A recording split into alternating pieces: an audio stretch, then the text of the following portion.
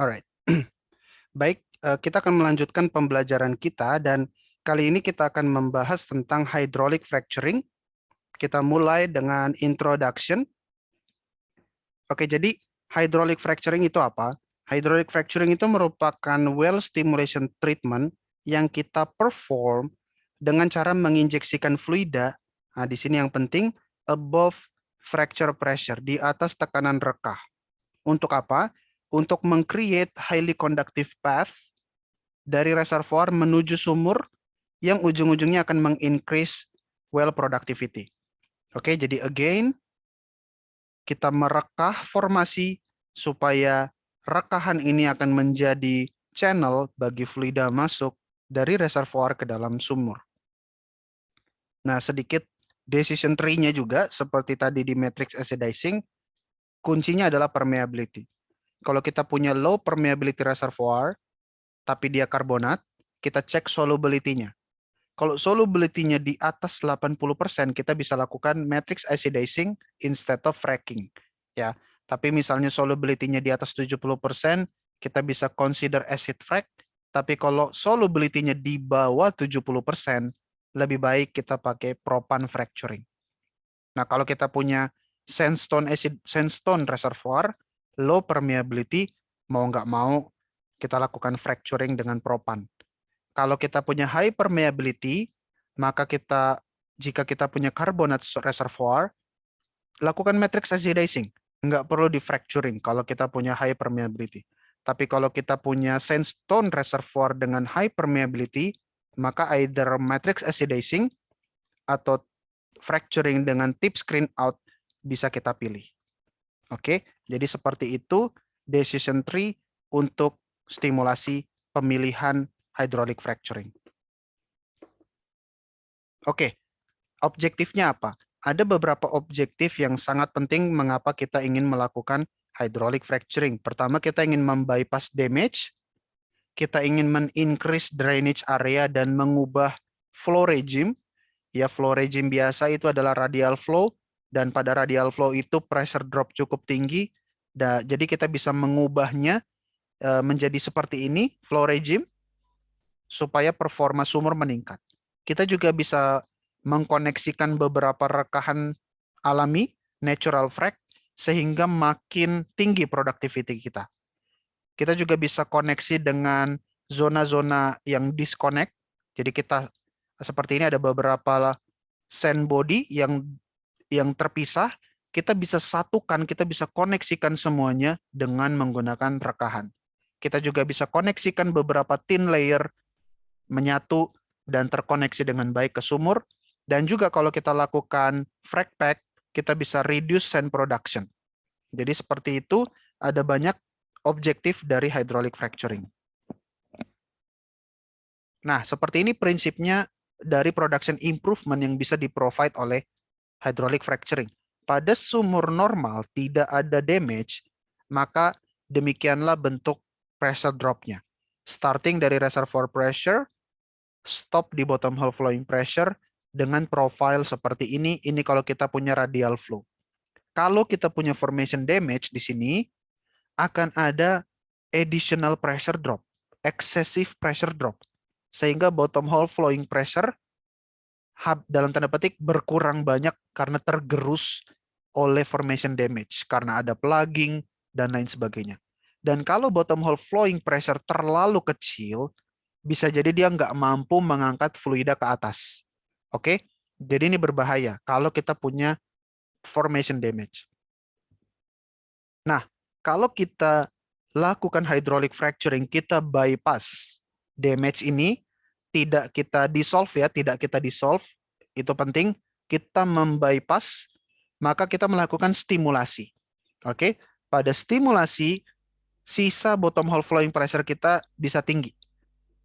Jadi bahkan lebih tinggi pada kondisi normal. Ya, jadi seperti ini, dan kita masih punya banyak tenaga dari bottom hole untuk membawa fluida kita dari bawah ke atas, sehingga laju alir pun meningkat. Jadi seperti itu ya. Jadi kita membypass formation damage dengan melakukan hydraulic fracturing. Nah, fracture geometry. Ketika kita membuat atau melakukan hydraulic fracturing, walaupun bentuk dari rekahan itu tidak berbentuk ideal ya, tapi tetap perlu kita modelkan. Ya, kita tetap perlu memodelkan dan kita nyatakan geometri dari fracturing ini dengan 3 parameter. Yang pertama adalah half length, panjang setengah lengan dari fracture, kemudian ada width di sini, lebar bukaan dari fracture, dan juga ada tinggi dari fracture itu sendiri. Jadi kita perlu nyatakan geometri atau dimensi dari fracture dengan 3 parameter ini. Nah, kemudian kita perlu mengetahui apa yang namanya conductivity. Fracture conductivity yang bisa kita nyatakan dengan dimensionless fracture conductivity seperti ini. Dia merupakan rasio dari yang atas, yang ini adalah fracture conductivity, KF dikali W. KF kali W itu adalah fracture permeability dikali fracture width, dibagi reservoir flow capacity, yang adalah reservoir permeability dikali fracture half length. Jadi kita perlu ibaratkan konsep fracture conductivity ini seperti jalan tol. Ya, kita punya jalan tol, jalan yang besar itu mewakili atau analogi dari fracture conductivity KF dikali W. Ya, jadi kalau kita punya permeabilitas dari rekahan dikali dengan lebar dari rekahan, itu seolah-olah seperti jalan tol. Tapi supply dari reservoir ya yang dinyatakan dengan reservoir permeability dikali panjang lengan dari fracture, itu kita ibaratkan seperti feeder, jalan-jalan yang kecil. Ya. Jadi jalan tol akan menjadi jalur utama untuk kendaraan mengalir, atau rekahan akan menjadi channel utama aliran fluida, sementara feeder-feeder ini ya itu adalah supply dari kendaraan-kendaraan dari daerah-daerah yang jauh untuk masuk ke dalam jalan tol. Sama. Reservoir flow capacity ini adalah support atau supply dari reservoir menyuplai fluida untuk masuk ke dalam rekahan. Nah, dalam mendesain jalan tol kita ingin desainnya tepat. Jalan tol kita nggak mau terlalu lebar, dan kita juga nggak mau terlalu sempit. Kalau jalan tol terlalu lebar, maka akan over design, over spec. Ya, terlalu sepi kebesaran kita bikin jalan tolnya. Tapi kalau jalan tolnya terlalu kecil, maka bisa terjadi kemacetan. Ya, supply dari feeder kebanyakan dibanding yang bisa ditampung oleh jalan tol. Nah, sama juga seperti itu ketika kita mendesain hydraulic fracturing, jangan sampai kita over design atau under design. Kita pengen balance itu terjadi seperti di jalan tol, sehingga kuncinya adalah CFD mendekati 1. Ya. Fracture conductivity dibagi reservoir flow capacity mendekati 1. Oke, kemudian production improvement. Ketika kita punya reservoir atau sumur seperti biasa, dia punya flow area 2Pi RW dikali H. Tapi ketika kita melakukan hydraulic fracturing, kita akan membuat flow areanya itu menjadi 4 dikali X dikali H. Nah, ini sama saja dengan kita analogikan sebagai radius sumur ini mengembang. Radius sumur ini membesar seperti garis putus-putus ini. Oke, dan pada kondisi radius sumur membesar, ya, ekivalen dengan sayap dari rekahan, maka kita punya flow area yang baru, yaitu 2Pi RW aksen dikali tebal, dikali H. Ya, H dari reservoir yang terekspos dengan produksi. Di mana RW aksen itu adalah 2Pi per XF.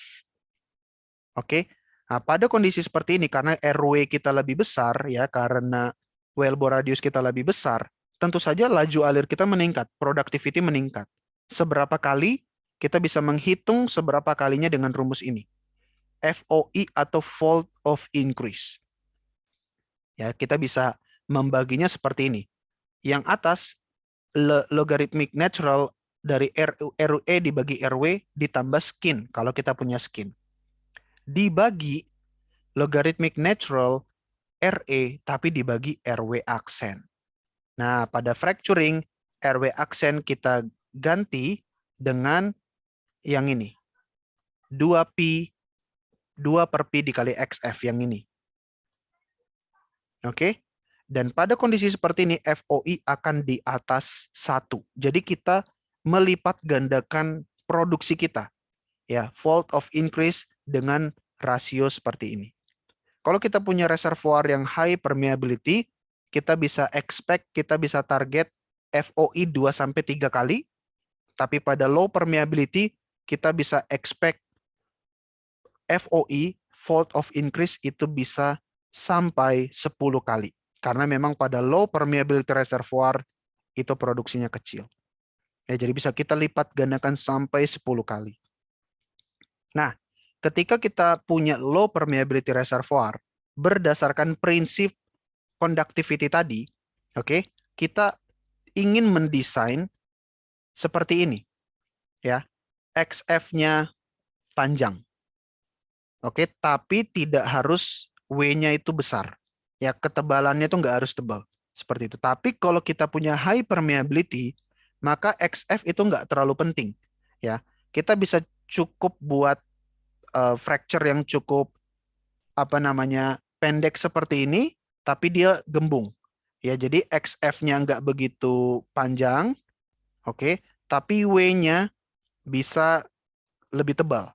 Seperti ini untuk mencapai conductivity yang baik dari masing-masing kondisi. Jadi pada high permeability reservoir, panjang fracture-nya itu nggak perlu panjang, karena dia sudah punya permeability yang tinggi. Ya, ingat, untuk membuat target seperti ini, kita harus pakai rumus CFD tadi. Oke? Nah, jadi seperti itu basic dari hydraulic fracturing. Sekarang kita perlu mempersiapkan diri dengan basic geomechanics. Karena ketika kita mendesain fracturing, kita harus start dari geomekanika. Nah, ada beberapa term yang perlu kita kenal. Yang pertama, axial stress. Itu adalah force yang tegak lurus dengan bidang dibagi dengan area bidang. Oke? Seperti ini force-nya tegak lurus dengan area bidang. Itu adalah axial stress. Kemudian kita punya strain yang loaded. Ya, strain pada arah load.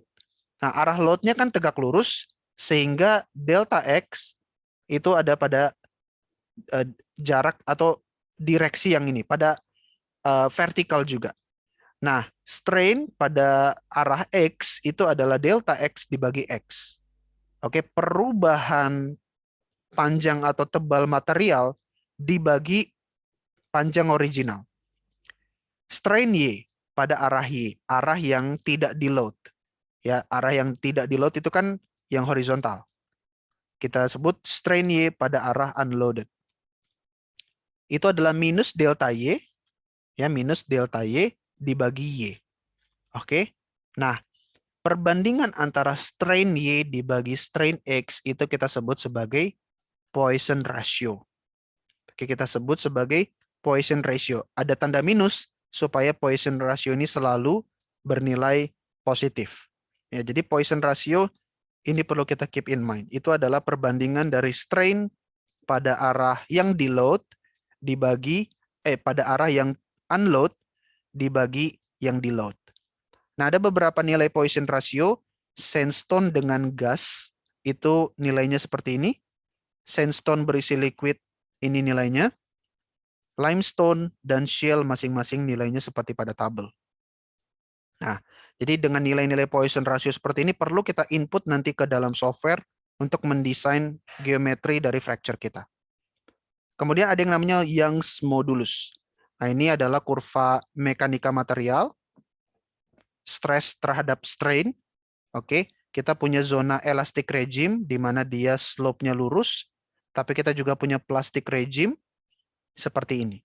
Young's modulus atau modulus elastisitas adalah berapa banyak energi yang dibutuhkan untuk mendeformasi suatu rock. Karena ini konteks kita adalah batuan. Dan nilai dari Young's modulus E adalah stress dibagi strain. Ya, stress dibagi strain. Oke, Y dibagi X. Stress dibagi strain. Nah, Ada yang namanya high Young's modulus, atau kita sebut sebagai hard rock. Ada yang namanya low Young's modulus atau soft rock. Dengan threshold atau batas itu ada 3 kali 10 pangkat 6 atau 3 juta PSI. Di atas 3 juta PSI kita sebut hard rock, di bawah itu soft rock. Nah, kita perlu tahu karakternya masing-masing. Pada hard rock, dia tendensi untuk mentransmisi stres. Challenge-nya kita butuh tekanan pompa yang tinggi. Bagaimana fracture yang terjadi? Biasanya fracture yang terjadi itu panjang tapi sempit. Pada soft rock, karakternya adalah dia tidak cenderung mentransmisikan stres, tapi dia cenderung deformasi. Ini sama seperti kita menekan, mengkompres sponge, bantal, atau clay, lempung. Dia cenderung deformasi, bukan cenderung mentransmisikan stres. Challenge-nya apa? Challenge-nya adalah propan embedment. Jadi kita pasang propan di dalam reservoir, tapi seolah-olah reservoirnya itu memakan propan. Jadi propannya terembed ke dalam formasi. Kemudian ada, kalau fracture geometrinya, dia cenderung pendek tapi gemuk. Itu fracture yang terjadi pada soft rock. Nah, kemudian ada shear modulus. Shear modulus itu seperti ini rumusnya. Jadi E Young's modulus dibagi 2 dikali 1 plus Poisson ratio. Ini nantinya juga akan kita pakai dalam desain fracturing. Nah, kemudian kita perlu mengenal principal stress. Jadi batuan di dalam reservoir dia mengalami stres, dan stres itu adalah tensor. Ya, jadi ada skalar, ada vektor, ada tensor. Stres itu adalah tensor. Nah, ini kalau tensor pada skala XYZ, koordinat XYZ. Tapi seringkali itu terlalu kompleks kalau kita nyatakan dalam XYZ, jadi seringkali kita lakukan transform koordinat sehingga kita punya principal stress. Ya, seperti ini. Ada 3 principal stress di dalam bumi atau dalam reservoir kita. Nah, pada konteks hydraulic fracturing, 3 principal stress ini kita sebut sebagai maximum stress, intermediate stress, dan minimum stress. Nah, di sini ada kunci penting.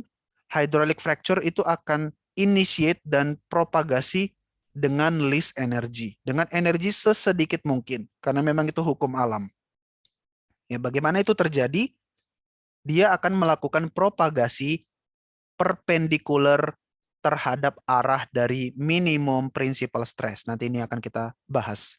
Jadi fracture akan terpropagasi, akan menjalar tegak lurus terhadap arah minimum principal stress. Nah, bentuknya seperti ini. Jadi kita punya 3 principal stress. Yang pertama adalah overburden stress yang arahnya vertikal. Nilainya biasanya 1 sampai 1,1 PSI per foot. Kemudian kita punya minimum horizontal stress. Ya, nilainya 0,3 sampai 0,9 angka tipikal. Ada juga maximum horizontal stress 1 sampai 1,5 PSI per foot.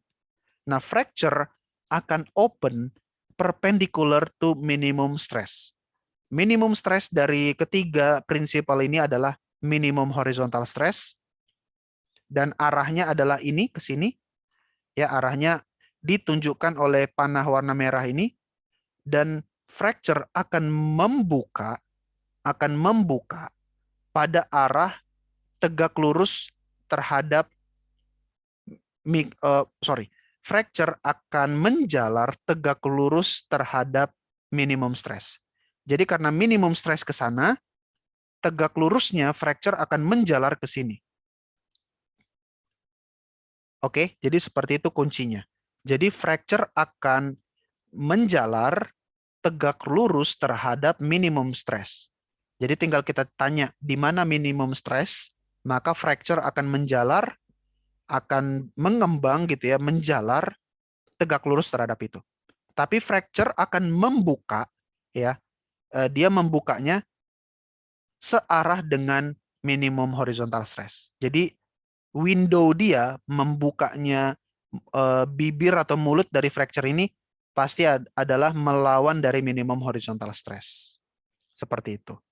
Oke, jadi karena ini minimum horizontal stress dan dia yang paling lemah, maka fracture akan terbuka di arah tersebut.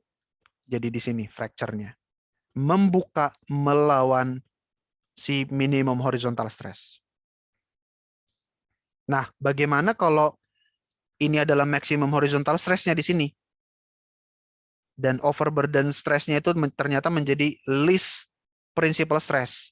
Maka fracture akan menjalar sesuai arah maximum horizontal stress. Jadi ke sana, fracture menjalarnya ke sana, tapi membukanya ke sini. Melawan stres yang paling kecil, yaitu overburden.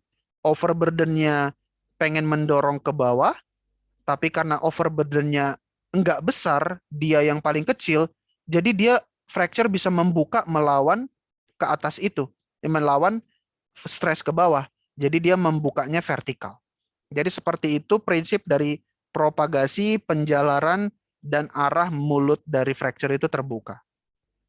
Ini sangat penting karena ini sangat menentukan ketika kita punya sumur vertikal atau sumur horizontal, seperti apa bukaan dan penjalaran dari fracture kita seperti digambarkan pada bagian yang ini. Oke, dengan masing-masing skenario, kalau yang paling besar adalah overburden stress, baru maximum horizontal dan minimum horizontal, atau sampai ketika overburden stress itu menjadi least principal stress. Nah, dari situ kita berangkat ke propan. Propan ini adalah material solid yang akan dikirimkan masuk ke dalam rekahan untuk mengganjal, supaya ketika rekahan sudah terjadi dan dia hendak menutup, dia tidak bisa tertutup 100% karena terganjal oleh pilar-pilar propan ini. Oke, jadi dia yang akan menyanggah supaya fracture tidak kembali nge-close. Karena akan selalu ada closure pressure, dorongan dari reservoir yang ingin menutup si fracture itu kembali. Jadi kita ganjal dengan propan. Dan ada ukuran dari size dari si propan yang kita nyatakan dalam mesh scale system. Mesh scale system. Ya, jadi seperti pada angka-angka ini, angka pertama itu adalah 20, artinya dia bisa melewatkan material dengan 20 mesh. Oke, tapi kalau kita punya 40, dia akan memfilter, akan menahan material dengan 40 mesh. Oke, jadi seperti itu. Jadi ada yang ukurannya 12-18, 12-20, 20-40, 40-70. 40-70 ini ukurannya lebih kecil dari 12-18. Oke, karena arti dari 40 itu artinya pada satu mesh ada 40 lubang. Oke, ada 40 lubang, berarti ukuran lubangnya itu kecil-kecil. Tapi pada 12 mesh, ini berarti pada satu mesh itu ada 12 lubang. Jadi lubangnya lebih besar dibandingkan jika kita punya 40 lubang. Jadi seperti itu mesh scale system untuk menyatakan ukuran dari propan. Nah, tipe-tipe ada beberapa properti yang menentukan performa dari propan, misalnya tipe-tipenya. Dan tipe-tipenya ini sangat bergantung, sangat mempengaruhi kekuatan dari propan. Misalnya kita punya natural sand, maka dia hanya mampu bertahan pada closure stress sekian PSI. Kalau kita punya ceramic propan, dia bisa punya kekuatan yang lebih tinggi. Kalau yang paling kuat, bauxit, dia punya kekuatan yang paling tinggi untuk menahan stress, closure stress dari reservoir. Dan ini juga punya permeability dari propan pack-nya masing-masing. Dan ukuran dari propan juga sangat penting. Grain size ada yang ukuran besar sampai ukuran kecil. Dan masing-masing ukuran juga memiliki permeabilitas dari propan pack dan juga closure stress. Kemampuan dia menahan closure stress. Jadi semuanya ini harus kita kenali, kita cek ukuran dari propan kita, tipe propan kita, jenis propan kita, berapa permeability dari propan pack yang terbentuk, dan berapa ketahanannya terhadap closure stress. Jadi semuanya itu penting. Sebagai engineer harus kita mampu melakukan pemilihan propan yang baik. Dan juga size distribution ini sangat penting. Kita tentu saja ingin size distribution yang uniform supaya kita bisa dapatkan propan pack porosity yang paling tinggi seperti ini. Ya. 45% porosity bisa kita dapatkan, dan ini kita bisa dapat permeability sampai ribuan, puluhan ribu milidarcy. Ya, kalau kita punya propan pack dengan size distribution yang uniform. Tapi kalau dia tidak terlalu bagus size distribution-nya, akan banyak nih propan-propan ukuran kecil yang mengisi rongga-rongga antar propan yang lebih besar. Nah, pada kondisi seperti ini porosity akan drop dan akhirnya propan pack permeability-nya juga turun cukup signifikan. Jadi kita mau propan kita punya size distribution yang lebih tinggi. Dan biasanya ini propan yang buatan. Kalau propan yang natural sense seringkali distribution atau size distribution-nya juga nggak terlalu bagus. Sehingga propan pack permeability-nya lebih rendah dibandingkan propan pack dari keramik. Selain itu, roundness atau kelengkungan dan juga sphericity atau kedekatan bentuk dia terhadap bola itu juga sangat menentukan.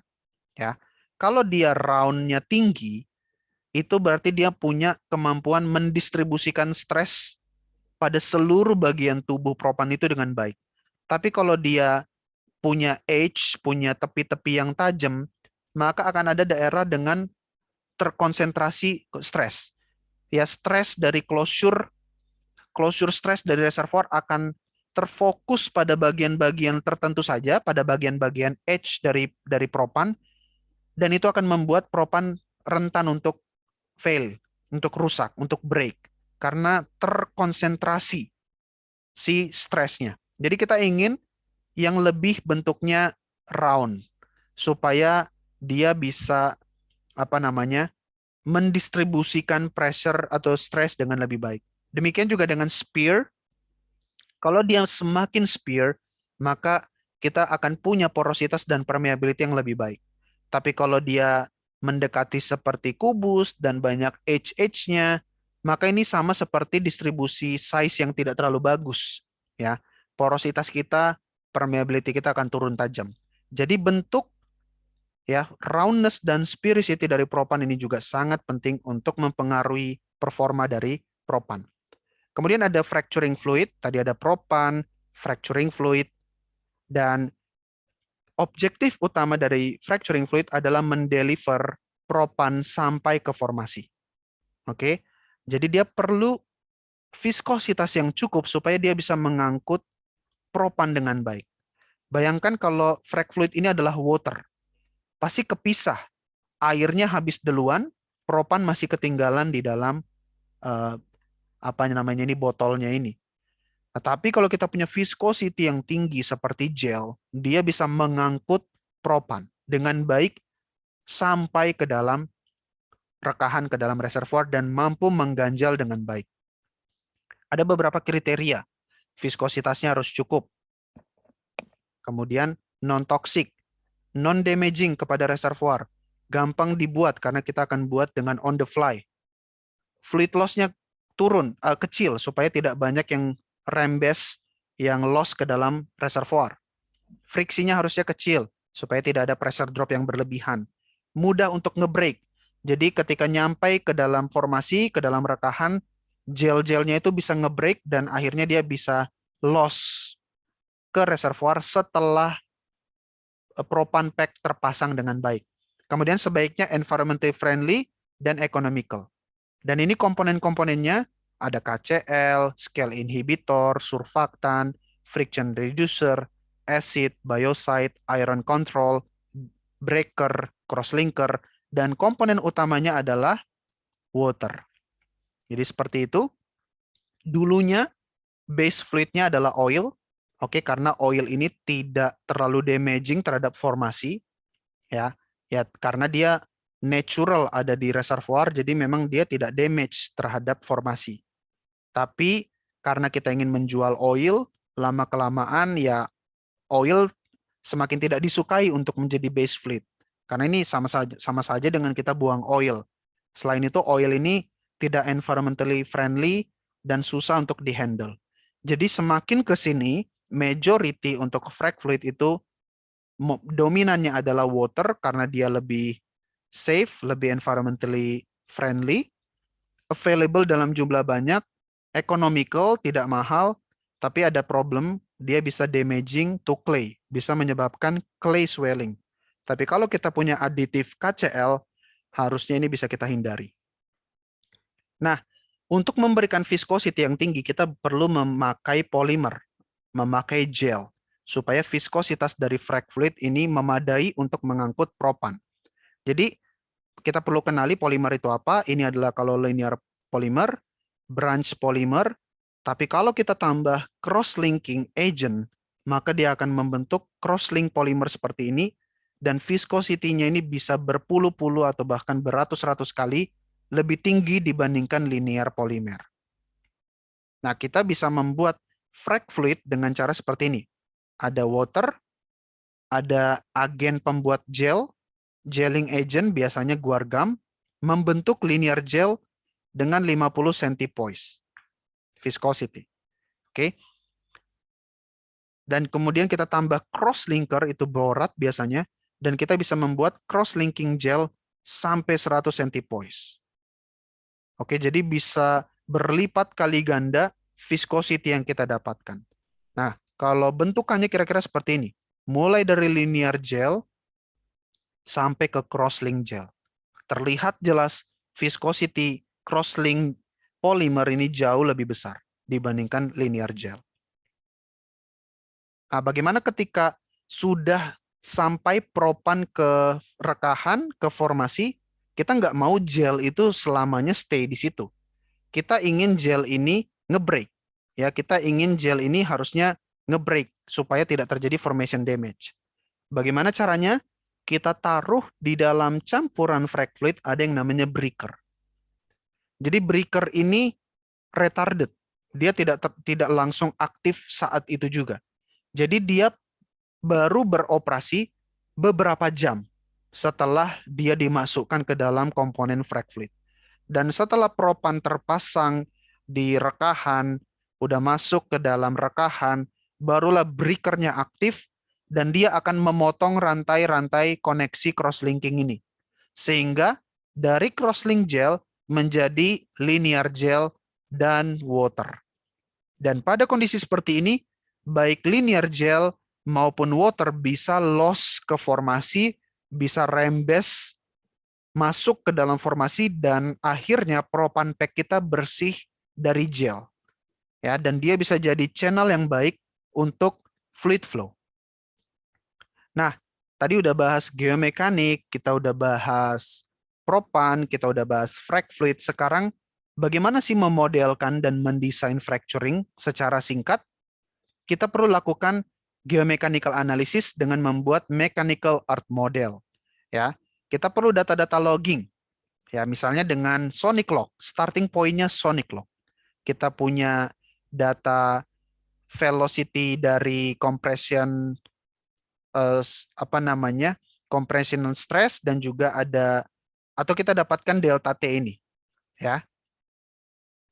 Oke, jadi ada compressional wave seperti itu, ada delta TS dan dibagi dengan delta C, ya, shear dan compressional.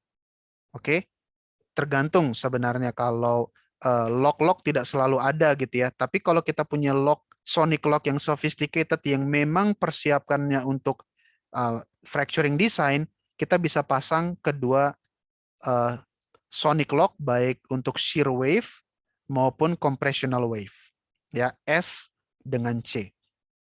Kita gabung dengan density log, kita hitung shear modulus dengan rumus ini seperti tadi yang sudah dibahas secara singkat sebelumnya. Kemudian kita hitung Poisson ratio dengan data dari sonic log. Ya, so very easy. Jadi ada rasio dari velocity-nya, RV, ya, velocity dari compressional wave dibagi velocity dari shear wave, dapat RV, masukkan ke rumus ini dapat Poisson ratio. Dari Poisson ratio dan shear modulus kita dapat dynamic Young's modulus. Ya, rumusnya seperti ini. Tapi dynamic masih log base. Dia didapatkan dari logging tool. Ini belum mencerminkan kondisi reservoir yang sebenarnya. Kondisi yang reservoir yang sebenarnya harus dilakukan dengan static Young's modulus. Dan ini analisisnya berdasarkan core base analysis. Dan kita punya korelasinya untuk menghubungkan dynamic Young's modulus menjadi static Young's modulus dengan rumus ini. Baru kita dapat, kita hitunglah overburden stress, kita hitunglah pore pressure, dan terakhir kita bisa dapatkan minimum horizontal stress dengan cara atau dengan formula ini. Ada Poisson ratio, ada overburden stress, di sini ada alpha, ada pore pressure, dan di sini ada Young's modulus, dan di sini ada si Poisson ratio. Jadi dengan data-data ini dan formula-formula ini, kita tahu nilai minimum horizontal stress dan kita tahu profile dia. Kita konstruk mechanical earth model seperti ini, seperti halnya log biasa. Ada profil dari Young's modulus, ada profil dari friction angle, ada profil dari pore pressure, minimum horizontal stress, maximum horizontal stress, overburden stress. Ya. Kemudian bisa kita kalibrasi minimum horizontal stress dengan data kalibrasi, misalnya kita lakukan mini frac. Ya, kita matching, kita adjust supaya minimum horizontal stress itu cocok dengan data pengukuran. Nah, terakhir kita desain pumping schedule kita. Ya, ada beberapa stage antara pad, kemudian slurry ini adalah campuran frac fluid dengan propan. Kemudian pumping time, tipe fluida yang kita pakai, apakah water, slick water, atau crosslink agent, berapa volumenya, berapa propan concentration, berapa propan jumlahnya, kemudian berapa injection rate, slurry rate, berapa propan type-nya, ukuran propan yang kita pakai, kita input semuanya ini ke dalam simulator, oke, dan kita buat pumping schedule seperti ini, stage-nya berapa massa propan yang kita injek di masing-masing stage, kita masukkan ke dalam simulator, dan simulator itu sudah punya geomechanical modelnya, dapatlah kita desain fracture geometri seperti ini. Oke, ini bukan PKN method ya. Tapi intinya dengan model-model desain yang kita punya di software, bisa juga dengan PKN, bisa KGD, bisa yang lebih sophisticated, dapatlah kita desain depth, kemudian profil dari lebar bukaan fracture, dan ini with konturnya, dan kita juga bisa melihat conductivity, kita bisa lihat half length, kita bisa lihat frac height, ketinggian atau ketebalan frac, kita bisa lihat conductivity, kita udah bisa memforecast, menganalisis, mendesain, memprediksi seperti apa conductivity fracture yang akan kita buat. Ya, dengan pumping schedule, dengan geomechanical input yang sudah kita buat, dapatlah frac seperti ini. Oke, baru setelah kita dapat desain, kita eksekusi. Kita tahu penempatan equipment-nya seperti apa. Jadi di sini kita punya beberapa water tank, jadi kita butuh water yang sangat banyak. Kita transfer pump, kita mix dalam blender, kita gabungkan chemical, aditif, dan di sini kita punya propan, kita masukkan ke dalam conveyor, conveyor masuk ke dalam hopper, hopper masuk ke dalam blender, campur water, propan, dan chemical, ini pada kondisi slurry ya, slurry stage, masuk ke dalam manifold, manifold mengirimkan fluida campuran tadi, frac fluid, ke dalam frac pump ini tekanannya sangat tinggi, dimasukkan balik ke dalam manifold, baru manifold masuk ke dalam sumur untuk dilakukan fracking atau hydraulic fracturing. Kemudian kita lakukan flow back, sisa-sisa frac fluid, gel-gel yang tersisa, kita masukkan ke dalam flowback tank. Nah, seperti ini fase-fasenya. Pertama kita injek dulu pad stage, hanya ada linear gel kita injek untuk membuat fracture mula-mula. Oke, kemudian setelah fracture terbentuk, rumah fracture-nya terbentuk, barulah kita masukkan first propan stage dengan tipe propan, jumlah propan, dan injection rate masing-masing. Kemudian propan mulai mengisi fracture, at the same time fracture-nya masih mengembang, masih mempropagate, masih makin besar, keisi dengan propan, dilanjutkan dengan stage-stage pompa berikutnya, stage-stage propan berikutnya, sampai akhirnya final.